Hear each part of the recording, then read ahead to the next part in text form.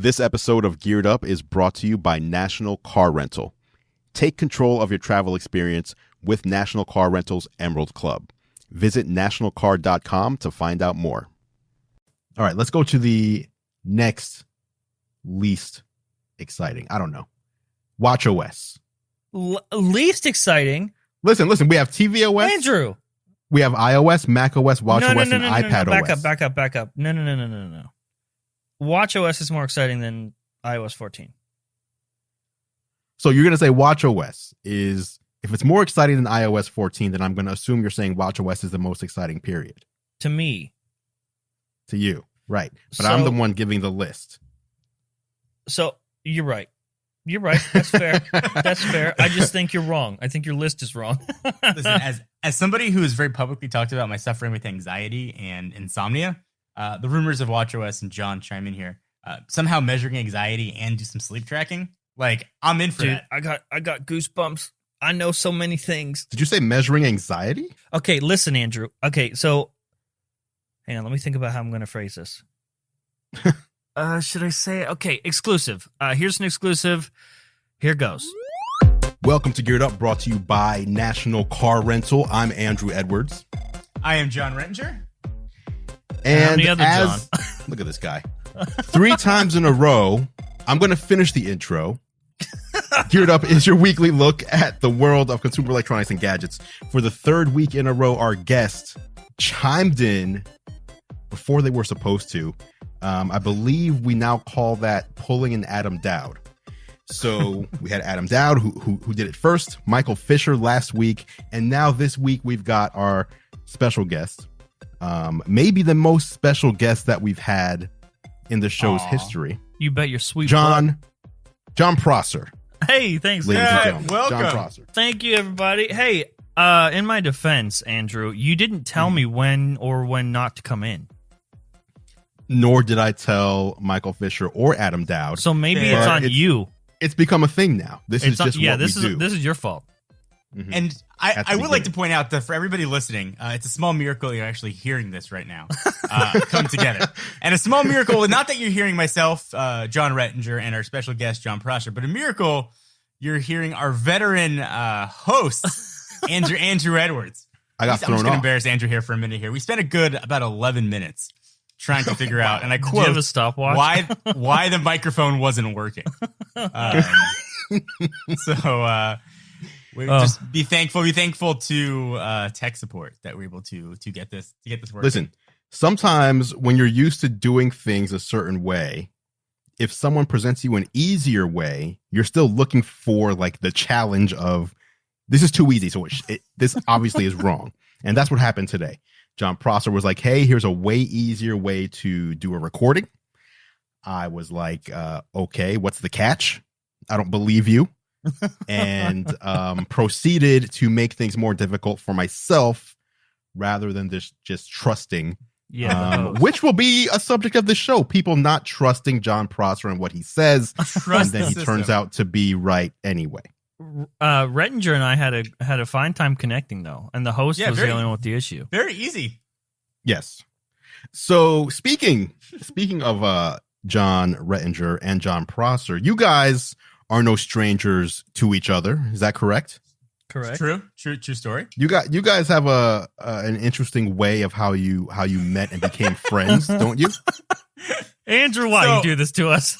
So John, let me just say, Andrew asked me what topics you want to talk about. I was like, don't give John a heads up. Ask him how we met.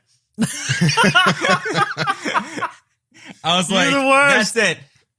So I do want to give a caveat before the story unfolds. John and I have since become very good friends. John thoughtfully reached out to me when this whole pandemic hit to see how my family was doing. He and I have had many conversations offline. We came together through a bit of adversity, and I think that's a good story of the YouTube community, right? There's some. I need Prosser to hear. I need to hear Prosser's version of this. They get talked through, and then everybody becomes friends again. So you want my side? Yes. Okay. Well, what happened was, okay. So this is just a reminder. This is from my end, from my perspective. So I'd been watching Techno Buffalo for years and years and years. And so, of course, I already knew Jon Rettinger, not personally, but knew of him, watched him all the time. And so if you don't follow me online, I have a tech news show called Front Page Tech, which we've done for, well, too long at this point. And Jon Rettinger had started a brand new show under Techno Buffalo called, was it The Lowdown? Lowdown, yeah.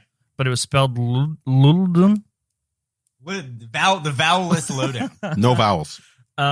So they started a new tech news show, and like a couple weeks into that show being launched, people started sending me screenshots of that show playing before my show. Like, when someone clicked on a Front Page Tech episode, they literally watched The Lowdown as an ad. Yes. And so from our angle, and after a couple weeks of getting the same screenshot, it began to look like Jon Rettinger, or at least somebody in Techno Buffalo had been paying and targeting ads on Front Page Tech, our show, with their show, The Lowdown. And I think, so I may have mentioned it on Twitter, but I definitely mentioned it on Front Page Tech, where I took a couple shots at The Lowdown, and then Rettinger contacted me on Twitter, or like had tweeted me, and then we went back and forth a little bit, ended up in a DM, and then he was like, hey, look, you want to just talk on the phone? So we called each other, talked on the phone, and he was not happy. He was not a fan. Fair. Yeah, he was not happy, but it basically came down to, like, he just wanted to clear the air in terms of, like, he wasn't actually paying and buying for ad space in front of Front Page Tech specifically, that they had been, I guess, getting ad space, but weren't targeting, like, our show or anything like that. And it was just really I let the audience sort of shift the narrative there, because for weeks I listened to them and they were like, look, he's paying for ads in front of this. And after so long, I took a couple shots, which is usually how it goes. And then the bigger person, the more adult in the situation, reaches out to me and goes, hey, that's not how it works. And then now we're friends. No, I mean, that's a pretty accurate summation of the story. So we had launched the show, The Lowdown. This is when Techno Buffalo, for those of you who don't know, I sold Techno Buffalo about a year ago. But for $8 billion. But a year before that, like, I was running the website, doing videos, and, like, I was just like a beatdown mess. It was like a beatdown mess of a person. I think that I remember this. Right when all this happened, it was when the Can You Trust video came out. Oh God. From Jason Lewis, which I had a lot of which I had a lot of issue with. And Jason, I've also cleared the air, and I think he removed that video after we spoke. But this was like a back-to-back thing. Yes. And I wasn't the host of The Lowdown. It was the great Robert Rosenfeld. And it was a new show, and I bought Google Ads to promote the new show. It's what Google does, and they were pushing it in front of Front Page Tech, evidently. So I think what I said to John was, like, essentially, like, hey, just ask me. I think I offered to even show you my Google Ads, like, portal, just so you can be like, hey, like, look, you can see nothing was. And then to John's credit, he was like, yeah, okay. I probably acted a little irrationally or maybe too quickly to judgment. A little childishly. Yeah, and I think that was a point when me being unhappy was like, hey, man, just ask me first. I have a habit of that. But since then, we've become, I think, pretty close friends. And I think it was sort of built on a platform of, like, hey, like, we're both passionate about what we do. And that disagreement came from passion. People might not know this about John. Maybe they just heard about him recently. But you've been at this game for a long time. Yeah, quite a bit. You're not just like a fly-by-night, right, kind of guy who came in with some rumors. So if you listen to Reddit, I'm blowing my load now and trying to just get my 15 minutes of fame, and then I'm out. Then I'm leaving. When everyone figures out I've been making this all up. So anyway, I thought it was a fun story. I thought it was a fun story to share on the podcast, because I don't think we've talked about that since. I don't think we ever even talked about it publicly, right? Yeah, I don't think we ever did either. We just kind of. Hey, I enjoy the drama. Like, we're cool now. I'm glad you do, Andrew. Andrew, dude, we have a similar story. It must be me. Yes. It must be me here, because Andrew and I had a similar story where I think it was like 2-3 years ago when we actually like longer. Made up, I guess. Yes. Andrew and I go way back. But there was literally a misunderstanding from like 5 or 6, 7 years ago. I don't even remember at this point. And neither of us actually like reached out to clear it up. So we just kind of sat on it for 6 years. Basically, but same kind of deal though, where it was basically your fault. And you came to me eventually like, hey, I heard there were some issues. And I was like, yeah, I'll just tell you what's up. And you were like, you know what? I was in a bad time at that place. Things were crazy for me. I apologize. You were like, let me make it right. I was like, don't make it right. I accept your apology right now. And we're good. And that was that was a long time ago. It was a very long time ago. It was probably 7 years ago. That's a long time. So this is your reputation in the tech game. But I think the reputation to take away is that like things can be worked through, right? Like a lot of people you have beef. That's true. Get squashed. Nobody ever talks about it. So yes. I respect anybody who can sort of have a conversation, right, about issues and work through it. Because everybody does stupid stuff. I've done plenty of stuff. Absolutely. Like, I shouldn't have done that. And so I think it takes a big person and big people to have discussions about it and work through it. So no grudge holding. That's my fun story. Etc. So to back up just a tiny bit, now that we've gone through those stories, Jon Prosser, let people know, just give us a quick rundown, who you are, what you do, why you're on this show today, etc. Andrew asked me to be on last Thursday. Yes. And that's how I'm on. That's the backstory. I have a tech news show called Front Page Tech. I've been doing it for, I think, 8 years now, almost. No one was watching for the first 6, 7. I don't know. Long time people weren't watching. And they just started watching kind of fairly recently in the last few years. Just a tech news show that focuses on making people laugh, that has somehow transitioned into actual journalism, I guess, because now it's still the same priority for the show, just make people laugh, but it's blended with actual information that you can't get anywhere else. Leaked a few Samsung stuff, Pixel stuff, but because of the feeling I got from leaking Google stuff or leaking Samsung stuff, I like the feeling of being able to use my platform to give. It's become sort of a meme on the show now, but give people tomorrow's news today. I really like that feeling, and especially when you're given great information from great sources. So I made myself more accessible, and as soon as I did that, for some reason, the people that came to me were employees with Apple from all different levels of the company, and just really, really great people, really great sources. And because of that, it's been an honor to be able to share some information early for as long as I can. Who knows how long I'm going to be able to do it. But right now, it's Apple Leaks every day.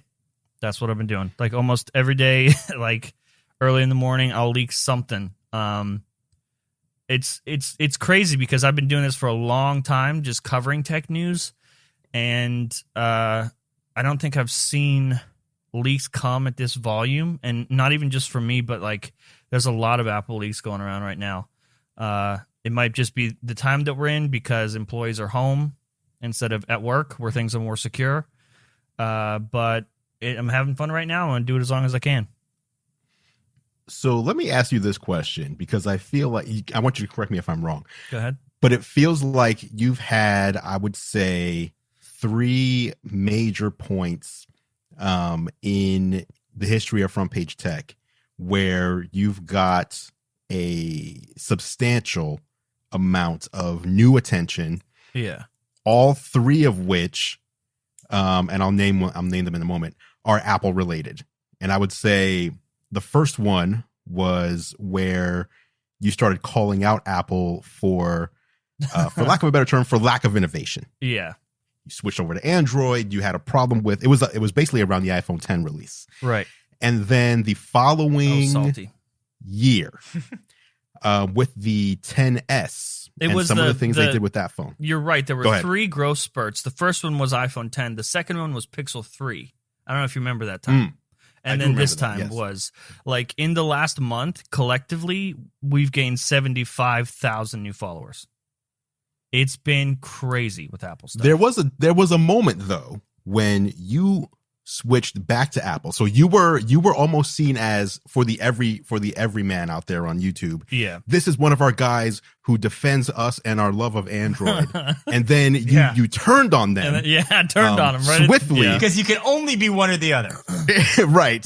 But all of a sudden John went from, and this is one of the things I really like about Front Page Tech and Jon Prosser in particular. Number one, the show is mostly for fun there's like a tech sheen over it, but it's really just a fun show to watch. But he doesn't just like pick a position and then just hang on to it for dear life.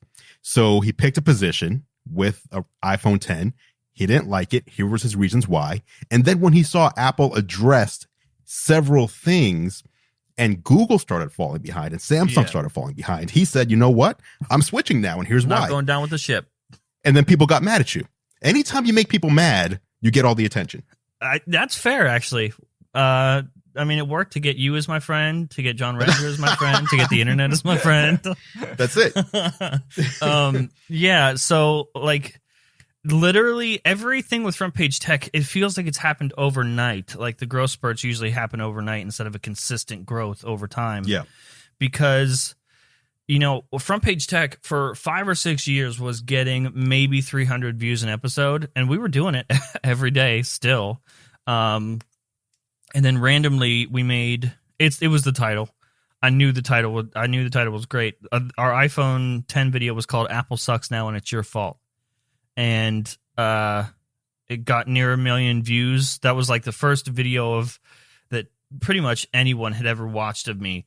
And overnight, we went from like 300 views an episode to 10,000.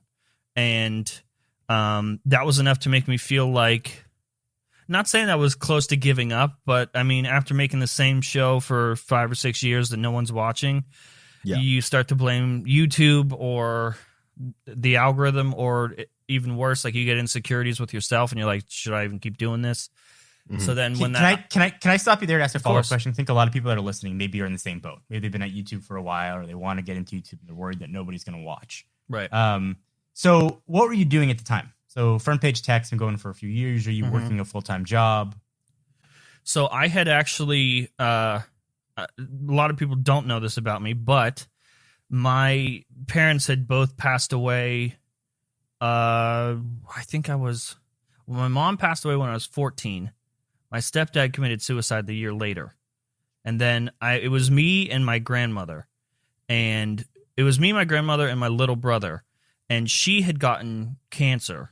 And so I became power of attorney for her and like handled all the medical stuff for her. I was 19. And then they said she had a couple weeks to live, and she asked me to take custody of my little brother. There were other people, like adults in the family, that could have probably done it. But she asked me, and I didn't want to disappoint her, so I said yes. So at 19, I took custody of my little brother, who was still going to school and stuff, and trying to, like, I wanted to find a balance in my life where, because the rest of my family was telling me it wasn't going to work to stop doing Front Page Tech, like it was done to stop screwing around. It was time to get a real job because I had responsibilities. And so I had Front Page Tech, and it was just, I wanted a balance in my life where I refused to give that up, because it felt like I had given a lot up in my life or sacrificed a lot to make sure like other people had help. Either I was taking care of my grandma and, the last months of her life, or now, I have custody of Chris, my brother. I didn't want to have to also sacrifice the thing that I really wanted. I didn't want to give up Front Page Tech. So I found all sorts of ways to try to keep making that work. And I worked with, you guys remember Chris Perillo, right? Yes. Oh, yeah, of course. He's still alive. I don't remember him. He's still around. Oh, rest in spaghetti. Never forget. He miss you, Chris. So I worked with him for a long time. I edited his videos and podcasts and stuff. I didn't know that. You didn't know that? I did not know that. Yeah, I edited every video of his, every podcast for like a year or so. So it was like stuff like that to help me like keep Front Page Tech going, but still pay for food. And even when there were times where I remember a very specific point in my life where I didn't have anything, and Child Protective Services was constantly coming over because they just saw a 19-year-old kid that, was responsible for this other little kid, and they just wanted to make sure he was fed. And so they would always come over and like check the cupboards or check the fridge and all this other stuff. And there were so many times where I had to make sure Chris was fed, my brother was fed, and I just ate I think for a week straight, I ate out of a jar of peanut butter, which sounds awful, but I mean, we've all tasted peanut butter. It's not the worst thing. And so it was just many times like that, many weeks like that of just doing everything I can to make sure my brother was fed, but also I didn't have to give up Front Page Tech, and it was that for years.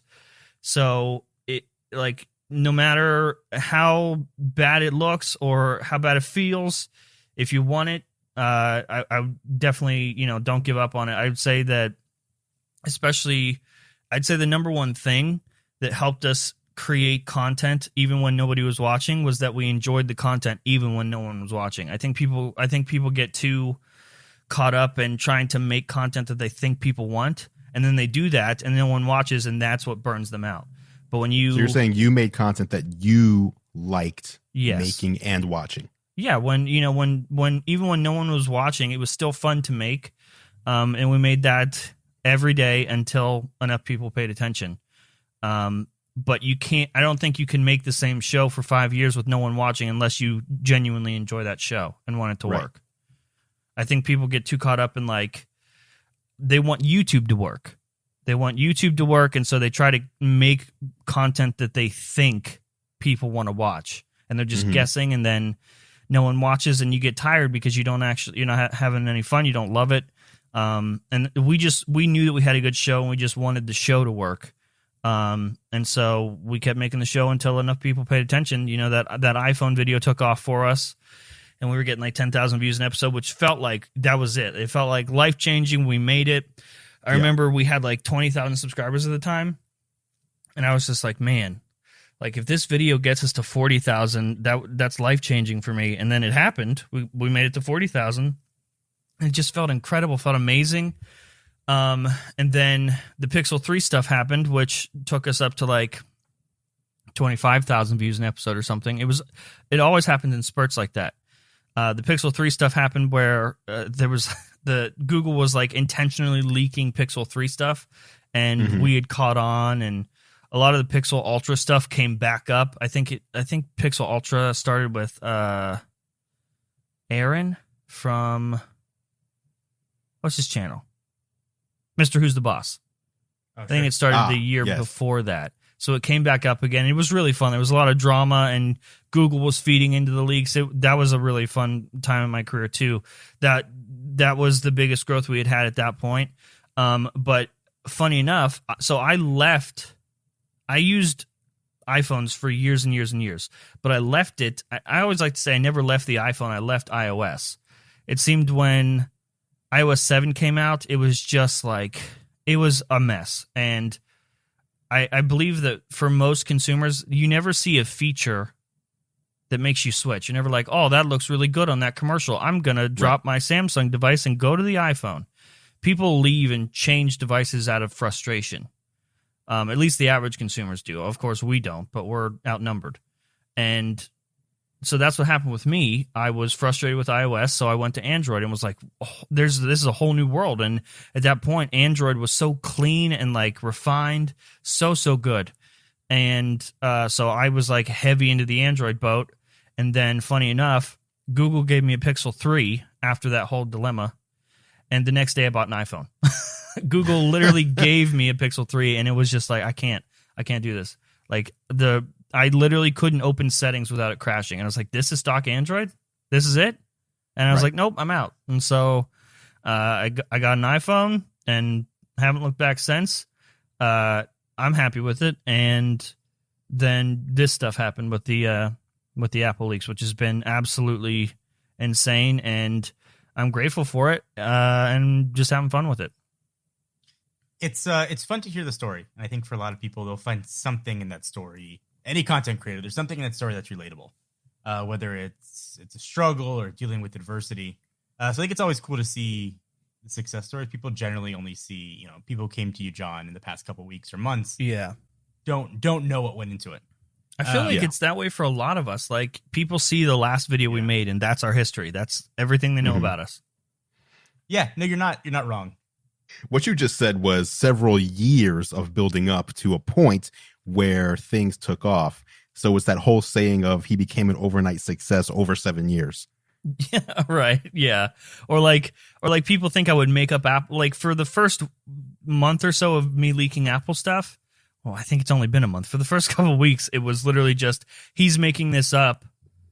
And that was just like so insulting because people, I mean, obviously people didn't know that I've been doing this for years. And they would just be so stupid to make stuff up and ruin, 7 years or 8 years of hard work. Reputation, yes.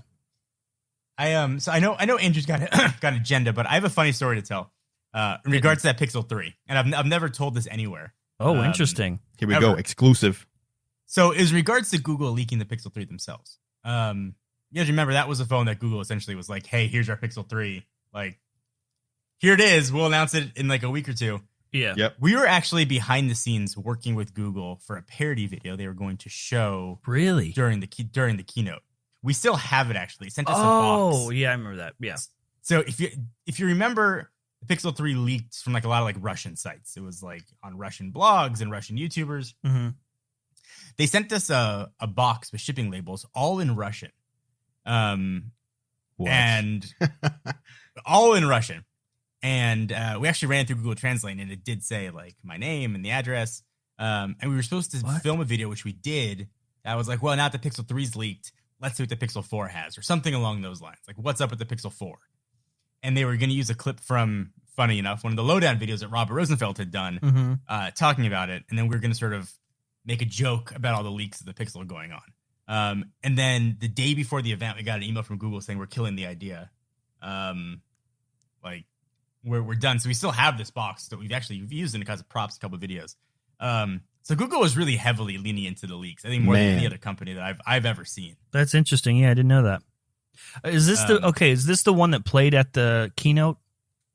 So they never ended up playing it, but it was supposed to play at the keynote. Yeah. Okay. Like in the very beginning, I think. Because that's what started the Pixel 3's drama with me, was because they had reached out to like 5 different YouTubers and asked for clips discussing the leaks and stuff, and I'm the one that leaked that.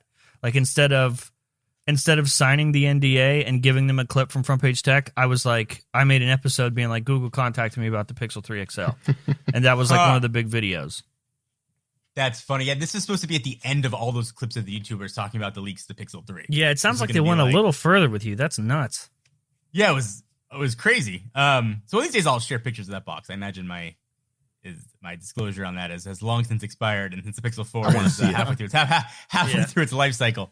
Did they give you a shipment of pixels from the black market? No, there was nothing in the box. It was empty. Okay. It was just like, here's like a box with like Russian letters on it. Make a joke like, let's take a look at the Pixel 4 straight from Russia. I was gonna say, was Google? Was it not in Russia? Did they just put Russian writing over everything and leak the videos? It was Russian writing. It was going to be the announcer of the Pixel 3 with all these leaks. And then it was going to be like, oh, well, now let's talk about the Pixel 4, and then just cut and then make a joke like, our stuff gets leaked early. Never knew that. And they never end up doing it for obvious, probably was bad PR reasons. But that was fun. A Pixel story there. How'd you keep that in for so long? You're just now saying that. Honestly, I keep forgetting about it. And I make it sound like I was trying to keep a big secret. Honestly, I forgot. And then you talked about the Pixel 3 leaking. I'm like, oh, I got a story about that. Yeah, there's certain devices that have a special place in my heart and in my history with Front Page Tech, and that's one of them. That's a big one. Yeah. I mean, you leaked the Pixel 4 too, did you not? I leaked the Pixel 3a before, like 6 months before it came out. And then renders of what allegedly will be the Pixel 5 came from you as well. Yeah, so there's three prototypes. It's funny how like someone showed me an Apple logo to leak stuff with Apple, and I'm just like, greener pastures, see ya. Forgot all about the Pixel stuff. Yeah, there's 3 prototypes for the Pixel 5. Well, there was at that time, and I leaked one of them. Hopefully the ugliest of all the prototypes. You never know, dude. Google surprises me every year. Yeah, so it's probably the one that releases. That Pixel 4a, though, dude. proper vernacular real quick for those listening. What you're saying is technically, Jon Prosser, you're not the one leaking it. I'm a News reporter, is being leaked to you, and then you're reporting on the leaks that your sources have given you. Correct. It's hard to correct the entire internet with that because, I'm not the leaker, technically. The leakers are the people in the companies, the sources there that are leaking information. I'm just reporting the information. You said Apple listens to this podcast. I want to be clear. I live in the U.S. where freedom of the press is a thing, and I would like to be considered a reporter, not a leaker. Which is what you're doing. You're Right. not going and getting this stuff yourself. People are Right. coming to you with information exclusively that they give to you that you then report on your platform.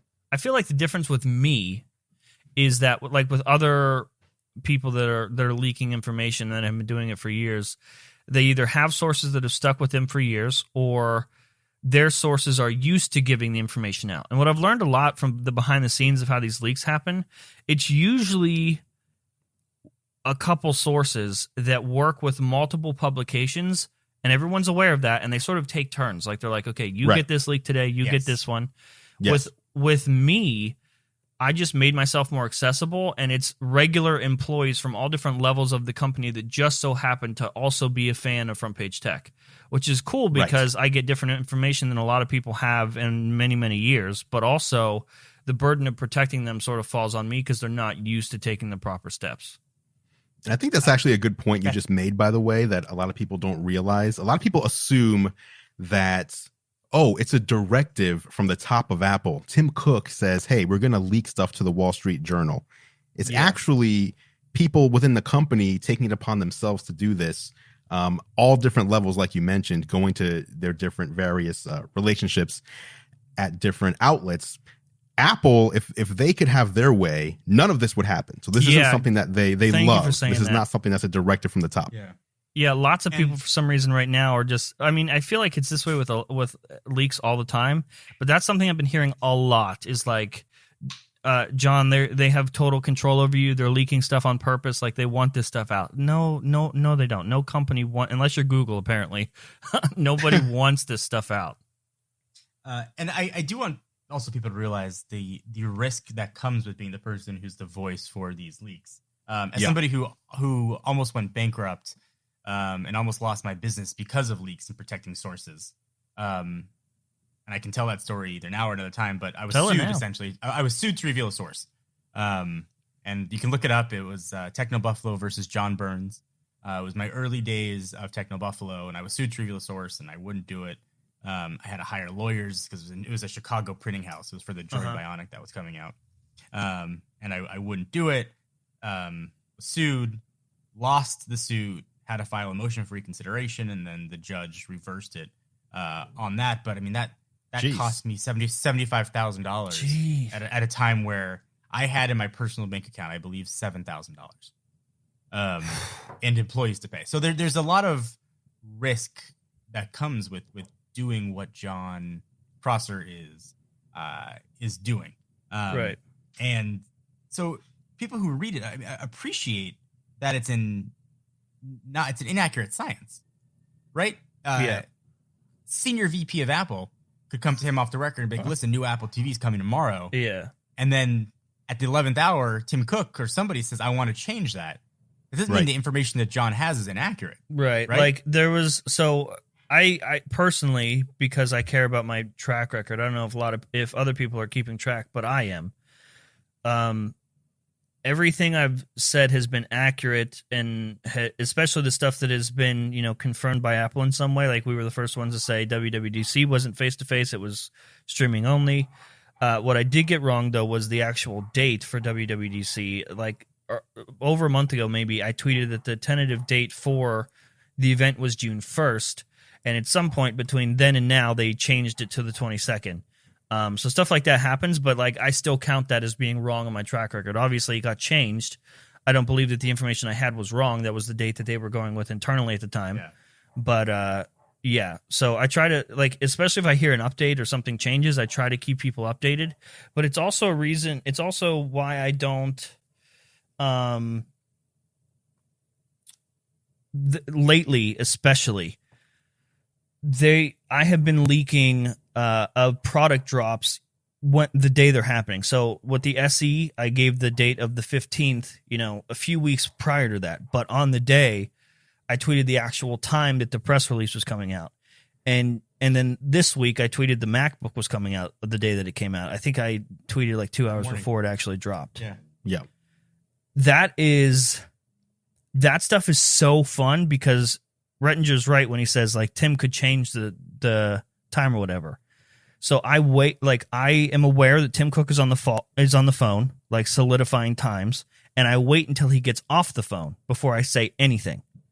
Because once he's off the phone and he's talked to all the people, it would be hard for him to retract the time from everybody. And I highly doubt he would change the time just because of me. So I wait till, the time is solidified. He's talked to all the people he needs to talk to. And then like this time with the MacBook was really interesting because Apple, I believe, assumed that one of my sources or a few of my sources are in the press.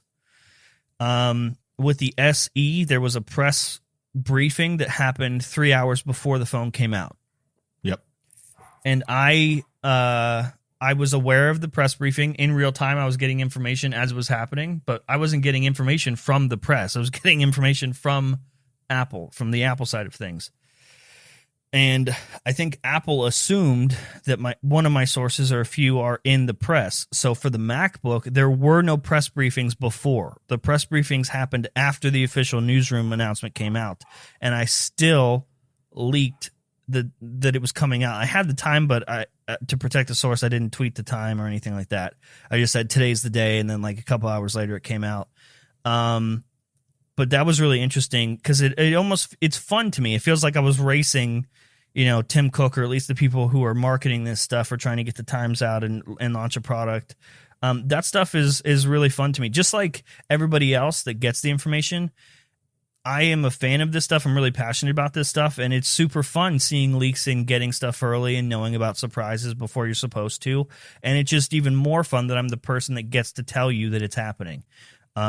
So, yeah, I mean, I can't lie. Obviously, we enjoy the growth, but it's not all about that because, like Jon Rettinger said, there's a whole handful of dangers that come along with being the person that is giving this information out.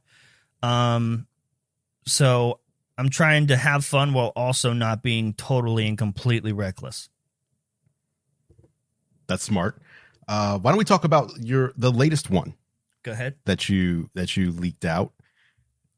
A new Apple TV with, I believe you said, an A12X chip, which would be the chip from an iPad Pro 2018 model. Yeah. So what the current one, Apple TV 4K, has a 10X from 2017. I don't even think it has an X. It just has a regular iPhone chip. It does, I think. Okay, I'll trust you. Look, somebody Google. I'm going there. I'm going there. Right now. I think the current Apple TV 4K has a 10X in it. Could be wrong, but I think. I actually sent you guys pictures. I can't post them, but I sent you guys in a group chat pictures of the Apple TV, the new one. And you can see the specs on there. Yeah, I've got it open on my screen right now. You can see that. You can see the processor in that. Yes. Are we allowed to share what that says there? Yeah, the processor, not any of the other data that would give away the employee. Sure. So it appears to be an A12 in there. Bin X. A12X. Yeah. Yes. So pretty powerful processor. Right? Yeah. Like you said, 2018 iPad Pro. Like that's a beast of a processor. Yeah, and I would assume the focus is, games, Apple Arcade.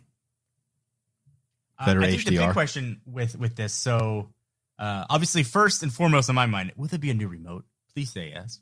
I haven't seen a new remote. I would hope so. Like, there's I have bits and pieces, and then I latch onto rumors that everyone else is hoping for. Like, okay, the MacBook Pro is a good example. So last month to the day, actually, so it just came out on the 4th this month.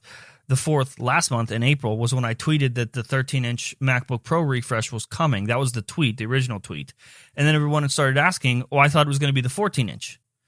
I was just told 13-inch, so that's what I leaked. That was what was in my leak. But I said, there's still a possibility that could be the 14-inch because just like you, I'm listening to the rumors. I think I need to get a little bit better at that, like showing what is an actual leak from information that I have from my sources, and then what is just conjecture on my part and just like opinion. Because I tweeted like 13-inch MacBook Pro refresh coming next month, and then under that I said, there's still a possibility that this is the 14-inch, because I believe Ming-Chi Kuo said the 14-inch was coming, and so just like everybody else, I'm hoping for that too. It dropped though, and it turned out nope, just 13-inch. That's all. Oh well. You were correct. It is an A10X Fusion chip in the currently shipping Apple TV 4K. So not so crazy that the 12X is coming. Yeah, I mean, it makes sense. And any word on resolution to be supported? So if this is going to be the Apple TV probably for 2 to 3 years, they don't update this often. Will it support 8K, or do you have any information? Yeah, I don't know. The one that the pictures that I sent you were the Apple TV 4K, so I don't know. There might be some secret, Apple TV 8K. True, it would have to be called Apple TV 8K if it was going to support 8K. Knowing Apple, though. Listen, downgrade the processor. Give me a new remote, and I will be happy. Give me the A8 in there. They're working on a game controller too, so I would imagine that this is part of that plan. Just better support for playing games on your Apple TV. Apple TV Pippin 2 edition, exclusive. You heard it here first.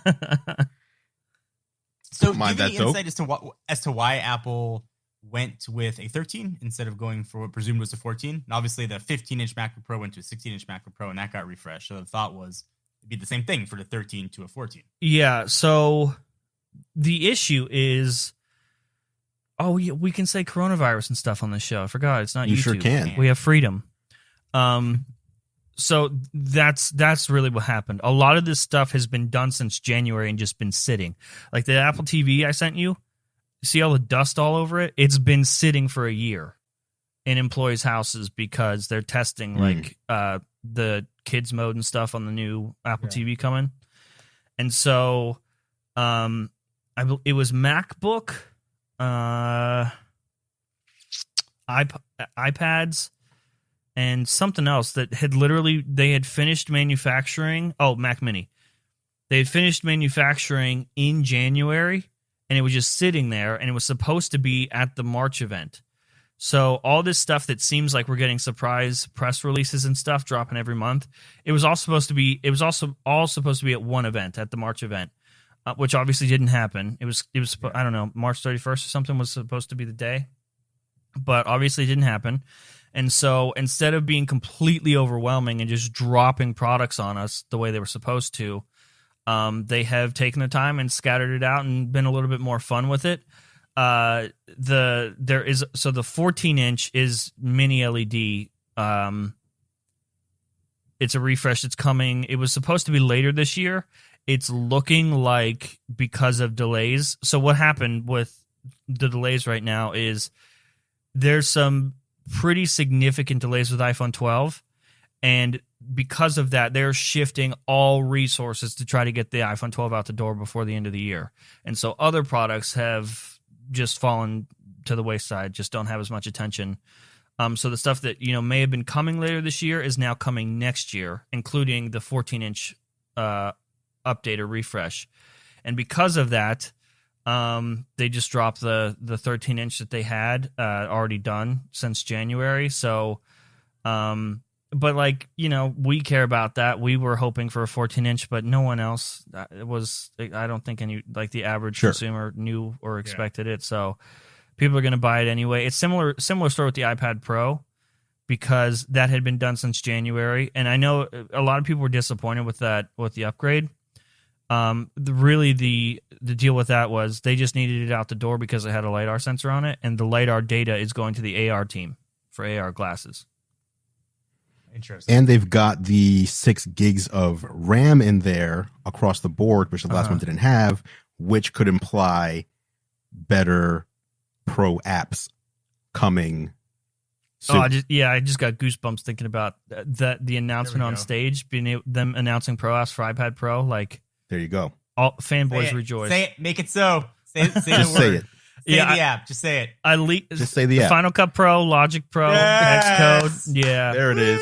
So So I had tweeted like a few weeks ago that I was like, I'm not going to say Final Cut Pro is coming to iPad, but Xcode is present on iOS 14.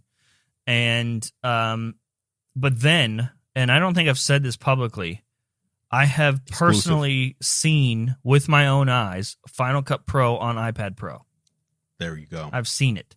And so that's when I tweeted, I am 100% confident that Final Cut Pro is coming within the next year. Some people have assumed. Clarify, it's not like a sidecar thing. This is like an iPad app. Yeah, right? This is the real deal.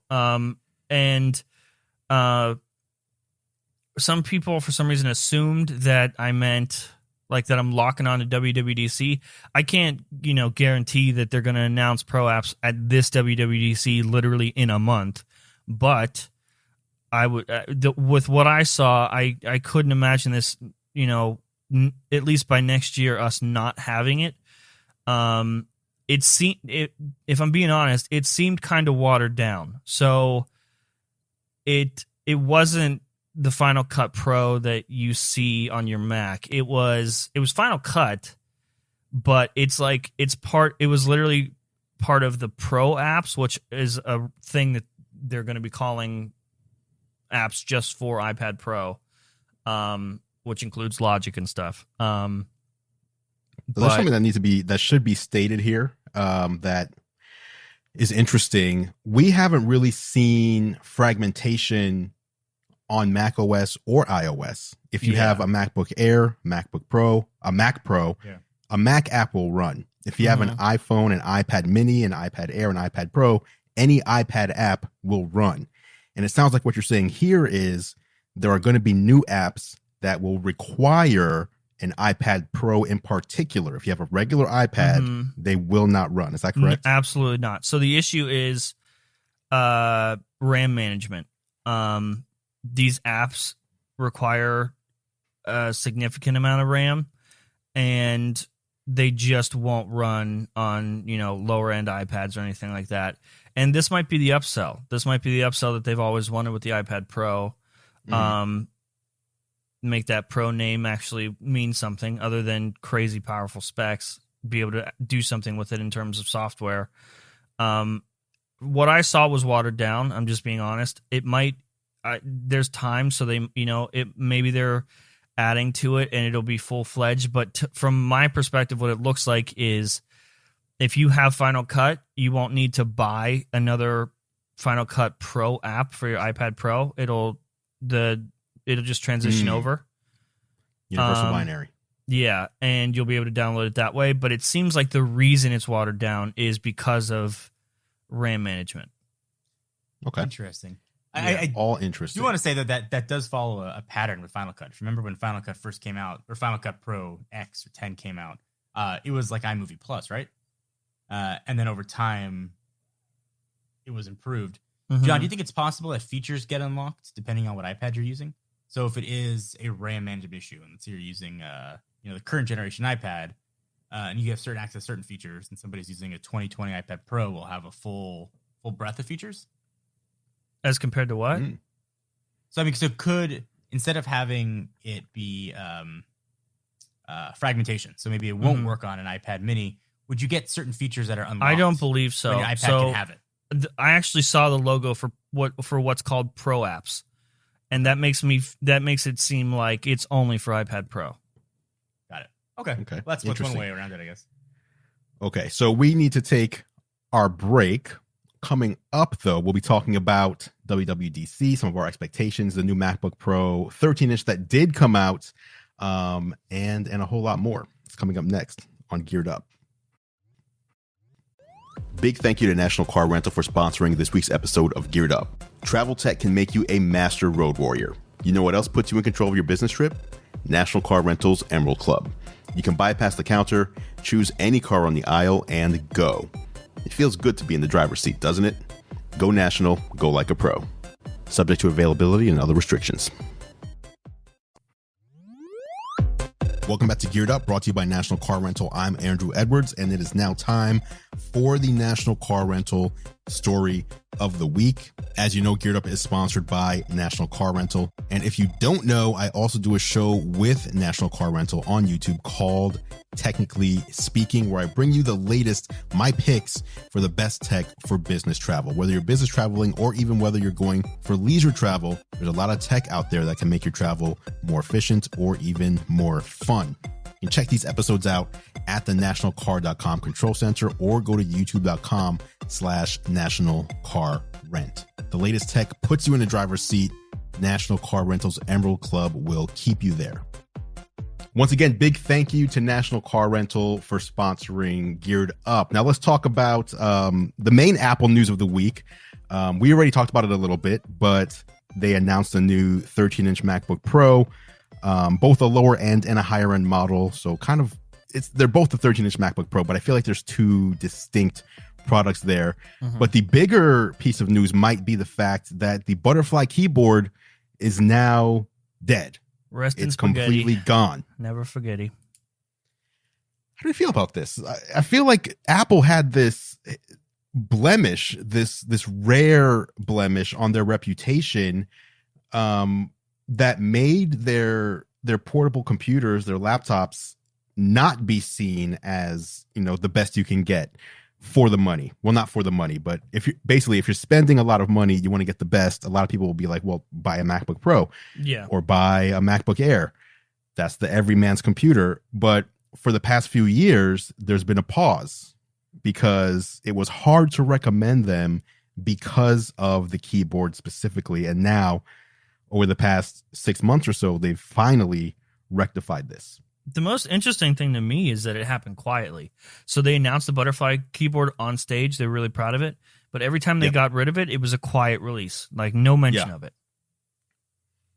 What is there to say? Hey, we're so remember that thing? Terrible keyboard. Remember that thing on stage? Yeah, that sucked. I know I'm in the minority on this, but I never had any issues whatsoever with the butterfly keyboard. Like, really? I've been hearing that a lot. Like people are just like, never had an issue with mine. Never. I don't know that never had any problems with it. I bet a lot of people didn't, but I also know a lot of people who had several. So like for me personally, the first computer that they released the butterfly keyboard on was a 12-inch MacBook. And when I got that, I didn't, obviously when it comes out, you don't realize there's a keyboard issue. So I go in, I talk about, hey, there's a problem with my keyboard. I'm not sure what's going on. They take a look at it. They take it to the back. They're gone for a while, like 15 minutes. They come back out and they're like, you know what? Corporate wants us to send this in. So could we just give you a brand new one, completely sealed? You can give a time machine back up at home. We can just do a swap right now. I was like, fantastic. And it happened again to me, like I think 3 weeks later, and they did the same thing. And it slowly started coming out in the news that people were having this issue with their keyboards that we just assumed, oh, Apple's going to, see this, address it and fix it. And, within the next, month or two, you'll be all good. But as they started migrating the butterfly keyboard across their products, I think across the board, I think they had the butterfly keyboard out there for 5 years. And I had 6 computers total within that time that needed to be replaced or had basically the Apple Genius Bar had to address because of the issues. And even if it's not, widespread, let's just say if it was 3% of owners, whereas usually it's 1% of owners who might have had an issue, that would still be 3 times the amount of people that are having keyboard issues. So it's what good was the main keyboard issue? Was it the sticky keys? Yes. So basically it would be a key would stick to where I would either type and it wouldn't appear, or I would type and it would appear twice. Oh, okay. So either you would, you tap on the S and you get 2 S's, or you get nothing. And and it would just be strange because I would like purposefully like, let me just give it a nice tap. Let me just test that. And it would, I couldn't control it. It would either not type anything or would type double no matter how I pressed the key. And so it was just strange. So I'm glad to see that they've gone back, but I don't even know if gone back is fair, because when you use the keyboards that they have out today, they don't feel like the old keys. they still kind of feel like the butterfly keys, but improved, like the way the butterfly keys should have been in the first place. So yeah, there you go. 13-inch MacBook Pro. Are you guys? I assume neither of you guys are running around with these computers. No, I'm using the last gen 13-inch MacBook Pro that I'm doing this podcast on. It's been with me ever since, with the old keyboard and like. Oh, with the butterfly keyboard. Yeah, I mean, I keep it closed most of the time. So I'm personally struggling with MacBook Pro or MacBook Air. I think I'm gonna get the new MacBook Air though. Depends how you spec it, right? Because it's pretty. What's the struggle? Well, so my thing is, so I'm still stuck in the mentality of like I need all the specs. It needs to be crazy powerful, but taking a more realistic approach, I don't do anything nowadays. I edit a podcast here and there, like this one. I record a podcast, so I just need a computer, period, that can do that. But like, I'm not editing from Page Tech. We have an editor, and I just, for the first time in my life, being able to take a more realistic approach to being like, I don't need it. In fact, I'm using my iPad more than anything. When you're not gonna believe this, but I got my first iPad in the last year. I had never had an iPad before. Yep. Because he ordered it on Front Page Tech, didn't you? You ordered the iPad during an episode. As I was recording an episode, I was reading about the iPad. I was like, you know what? Screw this. I'm just gonna buy it. So like in the middle of the recording, we left it in. I just bought one there, because I'd been using Android for years, and then when I got my iPhone, I just slowly locked myself into the ecosystem. My favorite purchase, if I had to decide, it'd either be my iPad or my Apple Watch. But I got Series 5, and I do not use the always-on display. So it basically, really? Yeah, did not even need Series 5. I like the fact, it's going to sound so weird.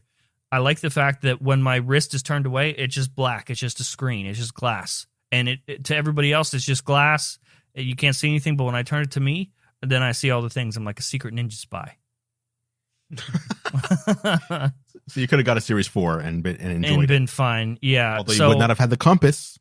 Yeah, would have been missing the compass. Super important to have. But that's been my thing. Like, I'm always used to needing the biggest new thing, and more now I find myself just being like, I don't really need it. Like, the iPad was a big wake up call for me, because I started using my actual like desktop PC maybe once a week, and I was just like, oh my, like, has it really gotten to this point where I don't need all the things that I think I need, and my iPad has just replaced all of those other things for me? It's my media consumption device.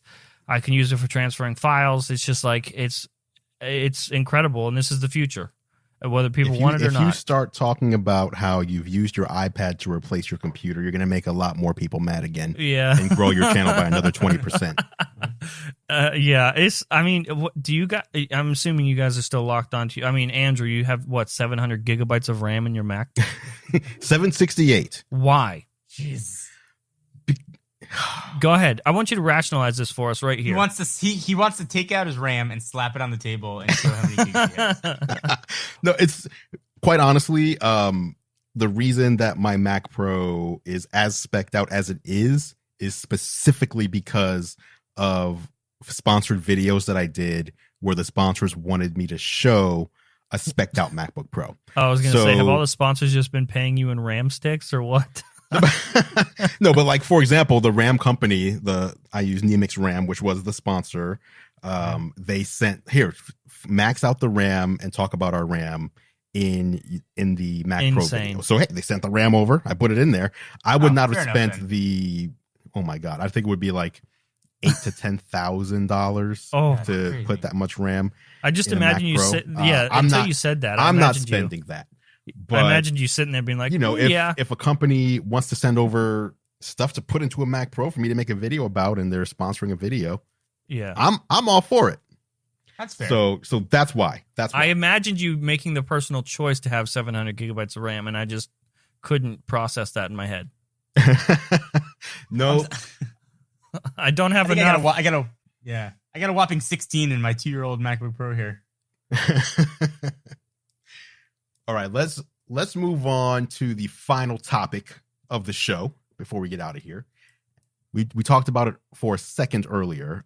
Apple finally announced dates for WWDC happening June 22nd, happening virtually. For those that don't know, WWDC is the Worldwide Developers Conference where roughly 5,000 people from across the world all attend the same event in person and learn about the new iOS, tvOS, macOS, watchOS, iPadOS. They go to different classes and seminars during the event to learn about the new features and things they can add to their apps, basically, to get them ready for the next versions of all of Apple software. This year, it's happening virtually. So it's open to anyone. You don't have to have a developer's license. And they will be doing a virtual keynote on the 22nd. So I thought we could take a minute and talk about either what we expect or what we hope to see in each of the 5 Apple operating systems. Interesting. Yes. I'll let John chime in for most of it. I'm just excited to see what Apple does with... He's just going to spoil the whole thing right now. with iPadOS 2, right? I think iPadOS, the first one was pretty similar to, to iOS. But they set out a roadmap, right? This is a way that the iPad's going to be. Yes. Now, Gen 2, they kind of get to build on that, right? So I'm pretty excited to see what the iPad's going to be and see if maybe there is a compelling reason to get that 2020 iPad Pro and make the Magic Keyboard a must-have accessory. And maybe it's like John said, the Pro apps. Maybe there's something in there that makes it compelling. But I am more excited than anything to see iPadOS 2.0. Interesting. I think that's fair. I mean, I'm hoping to see Pro apps this year at WWDC. I think even I would personally be surprised if they pop that out this year. But I think I'm most excited for AirTags. That's not even an operating system. AirTags. I know. The location tracking devices that Apple's been working on, which I believe you said they're ready to go. They've been ready. They're done. Yeah, so they were supposed to be talked about on stage at the March event. There's stuff that was supposed to come out at the March event that they didn't release, even like in a surprise press release, because especially a new product category like that, they want to be on stage to explain it and talk about the magic and be Apple-y about it. Let's start with. I'm going to go through both of you guys for each one of these. We're going to start with the least exciting and move on to what may be the most exciting. tvOS. Any hopes or expectations? Any way that Apple can improve tvOS from what you're currently using today? Kids mode is coming. It doesn't help me at all. But what is kids mode? It just like hides anything that's above a certain rating. Yeah, I'm kind of shocked that that's not a thing. That it's just now becoming a thing. True. Like a dedicated kids mode. So that, yeah, John Redinger would appreciate you were right. That's mode. the least exciting. Listen, I'm somebody who was I was very heavily into Apple TV for a while, and the remote kind of, the controller kind of upset me. And I went to Roku and leaned in real heavily into Roku for a few years. I've come back actually to the Apple TV. The past maybe 2 or 3 months, and I use it now with a Logitech Harmony Ultimate Remote, and it's actually been a pretty good pairing. And I think tvOS, as it stands, is a pretty robust platform. Nothing can touch it as far as app support, which like the whole Apple ecosystem, it's an app play. Kid mode is fine, but as a parent, like I'm not just letting my kids sit there and like unsupervised, go out and do something with sitting with the remote. So it's not that big a deal. I mean, I guess it would be nice to not have my kids like accidentally, play something. But I mean, nice to have. I think tvOS is actually really good. I think if anything could improve anything, remote ergonomics would be, the big one for me. And then, anything on that is just a nice addition. Okay, so that's hardware. And Apple always spends like 3 to 5 minutes talking about tvOS each year. So I don't think we can ever assume something crazy. But all right, let's go to the next least exciting. I don't know. watchOS. Least exciting. Listen. We have tvOS. Andrew. We have iOS, macOS, watchOS, and iPadOS. Back up. No. watchOS is more exciting than iOS 14. So you're going to say watchOS is, if it's more exciting than iOS 14, then I'm going to assume you're saying watchOS is the most exciting, period. To me. To you. Right. But I'm the one giving the list. So you're right. That's fair. That's fair. I just think you're wrong. I think your list is wrong. I'm going in order of what I think will be the biggest announcements. How about that? Okay. So tvOS would be the smallest announcement. Mm-hmm. Next, I'm going to say watchOS, just because I think the three others are going to be bigger and take more time. Listen, as somebody who has very publicly talked about my suffering with anxiety and insomnia, the rumors of watchOS, and John, chime in here, somehow measuring anxiety and do some sleep tracking. I got goosebumps. I'm in for that. I'm in for that. I know so many things. I got goosebumps. I'm so excited about it. Did you say measuring anxiety? Okay, listen, Andrew. Okay, so hang on. Let me think about how I'm going to phrase this. Okay, whatever. Exclusive if you want. So, I hope it's this version of watchOS. It might make it to the next one. Who knows? But so there's a blood oxygen meter in the next watch. For what does that do? Yeah, I'm going to tell you. Use? Okay, so that's hardware, right? And there's new hardware in the watch, and people are like, okay, whatever. Apple and the actual implementation of the hardware. It's not just the hardware; it's how the software communicates with it. And I've seen a lot of people when they talk about Series 5, they're like, Apple just kind of blew their load on this so quickly. Like, it's so good. The Apple Watch got so good so quickly. What could they possibly do for the next one? Yeah. Or what could they focus on next? I have never been more excited for a feature set than what's coming to the watch right now. Because I was in that boat. Like, what could they do? You know, the big feature that is coming this time for sure is sleep tracking. What their biggest focus on is right now, and what I hope it comes this year. It might come next year, but I hope it's coming at WWDC. Is mental health capabilities, where they can take the oxygen levels in your blood with your heart rate and determine if you're hyperventilating. Wow. They can identify a panic attack before it happens, and warn you on your watch. Especially if you're driving, they'll ask you to pull over, and they'll offer breathing exercises once you get pulled over. Oh my God. It's incredible. Like the focus on mental health that they're taking. I don't think that's been talked about before, like how it'll tell you to pull over, how it'll take the information from your blood oxygen levels and your heart rate and determine if you're hyperventilating, or about to hyperventilate. It's amazing. It's absolutely incredible. And I'm so excited. Because, you know, it's just a piece of hardware on your wrist, but for a lot of people that could be life-changing. Like to be able to be warned of an upcoming panic attack, and even if you can't stop it, be given an opportunity to at least try to mitigate some of it, especially if you're out in public, especially if you're driving. Yeah. Like that's life-changing for a lot of people, and it's really, really cool to see Apple put a focus on that, where I think most companies wouldn't. That's very now cool. You said anything that gets mental health to be part of a conversation, I think is amazing. Yeah. But then where there's actual health benefits is huge. Yeah, and it's such a private thing. It's just you and your watch, and it's just like, hey man, it's about to get real up in here. Maybe you should breathe. That's incredible. And that's one thing I give Apple kudos. You know, a lot of people focus on, like you were saying, Jon Prosser, the hardware. What is the hardware? What are the specs versus what does the hardware allow me to do? How does it make my life better? And I don't think any other company in the tech space certainly is using their hardware to make people's actual lives better than what Apple's doing. Exactly. And you think one of the features of Apple Watch, one of the biggest features that people don't consider is accessibility. The fact that the Apple Watch is not just the best-selling smartwatch, it's the best-selling watch, period, since 2017. Number one watch out of all watches, period, number one watch.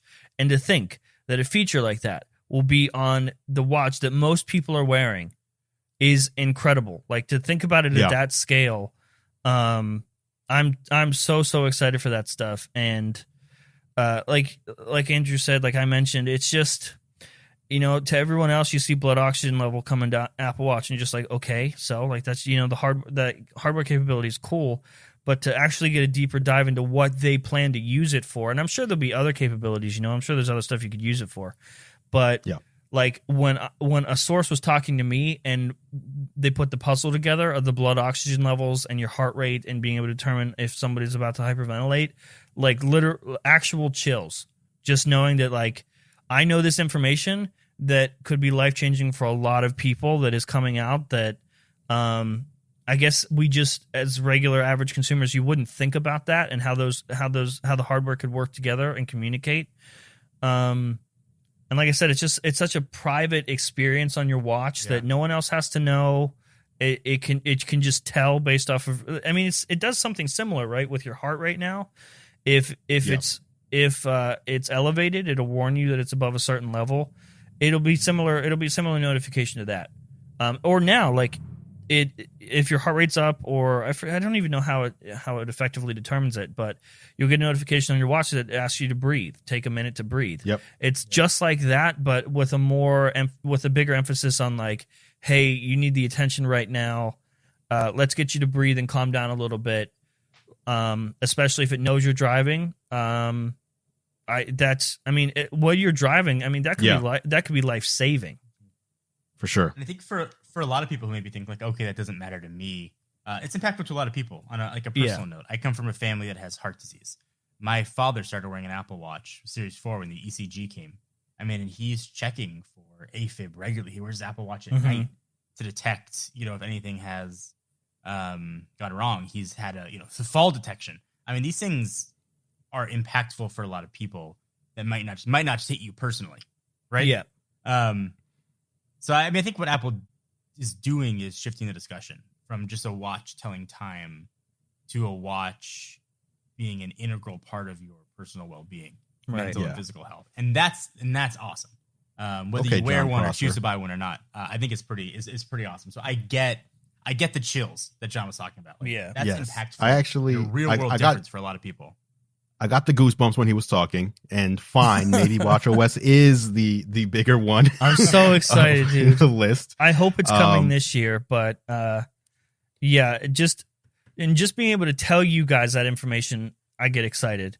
And that's why, like, okay, this is a really good point that I like to make about leaks. A lot of people assume that the employees giving out the information are giving out the information because they're upset or they're mad at the company and they want to get back to them.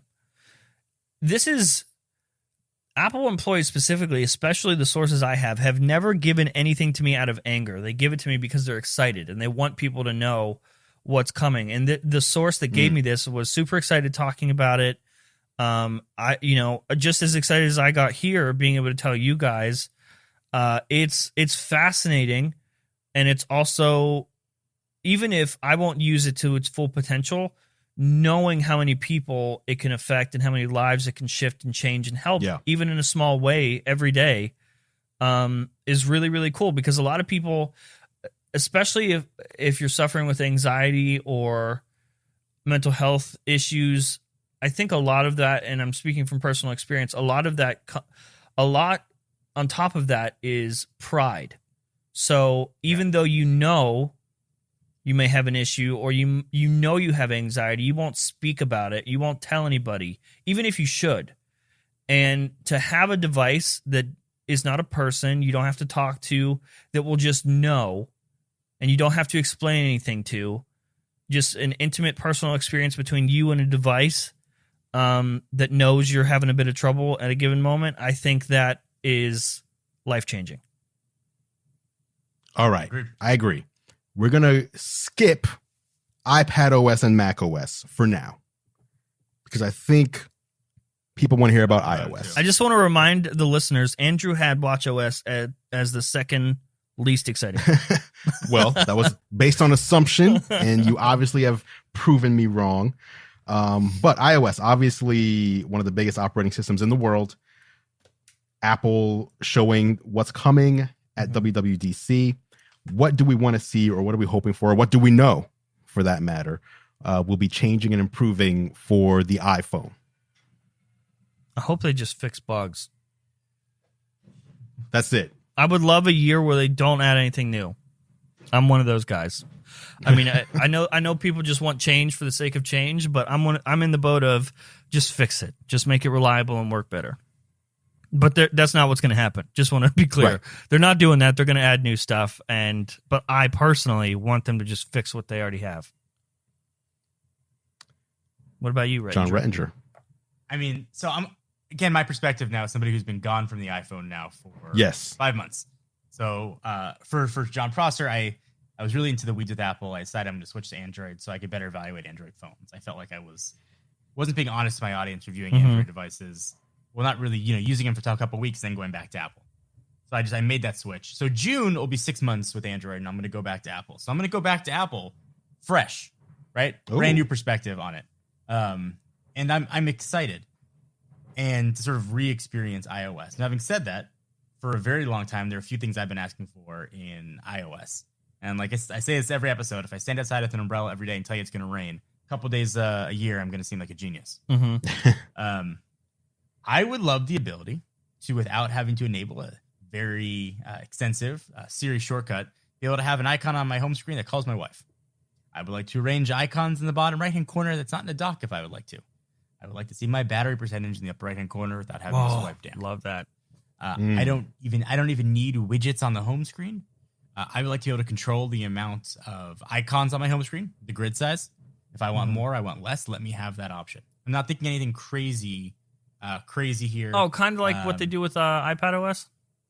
Yeah, similar to that. I think would be awesome to have. All the stuff that's rumored, car key functionality is nice. Fix the HomeKit UI and fix the bugs, and I think I'll be a pretty happy guy. I know that battery percentage is coming back for the new iPhones. Yay! Just get one of those then. Because of the smaller notch, it has more room. I am hyped for that iPhone if it looks like the iPhone sort of 5 with that flat sides. I'm back on the iPhone train for that. Yeah. That'll be fun to see. I just want to see what they're going to do with the camera, how they're going to be integrating the LiDAR sensor into it. I like seeing software features and software being used to improve photography. So that's always what I look forward to most. Not the camera hardware so much as what cool features are you going to add in there to make my photography better. Yeah. So hey, that is the show. Oh, we did That is our show. We did it. I want to thank Jon Prosser for taking the time, not only taking the time, but actually thank you, John. taking the time to give us a couple of exclusive stories. Oh, thanks for having me, here on guys. the show. That was awesome. Well, man, I tried to keep it in, but then you said watchOS was the least exciting thing, and I couldn't help myself. Yeah, so hey, we're not complaining. That was my way of drawing something out of you. Yeah, thanks for having me. And if Apple's listening, sorry about what I did. Let people know where they can find you. Anywhere online, you could just Google Jon Prosser, or Front Page Tech is the YouTube channel where you can find me. I'm most active on Twitter and on YouTube. There you go. And that is it for this edition of Geared Up. Thank you so much for listening. Of course, you can catch John and I on YouTube. I'm at youtube.com/gearlive. And John is at youtube.com/John4Lakers. Feel free to head over and subscribe to our channels to stay up to date on all the latest tech. Speaking of subscribing, you can subscribe to Geared Up in your favorite podcast app if you haven't done so already. Just search Geared Up, that's 2 words, not one, in Apple Podcasts, Spotify, Pocket Casts, Overcast, or really wherever you choose to listen. If you like what we do, please consider leaving us a rating and review. It really helps other people find the show. Geared Up is a Gear Live podcast, and you can see more from us at gearlive.com. Thank you so much for listening. For Jon Rettinger, I'm Andrew Edwards, and we'll catch you in the next episode.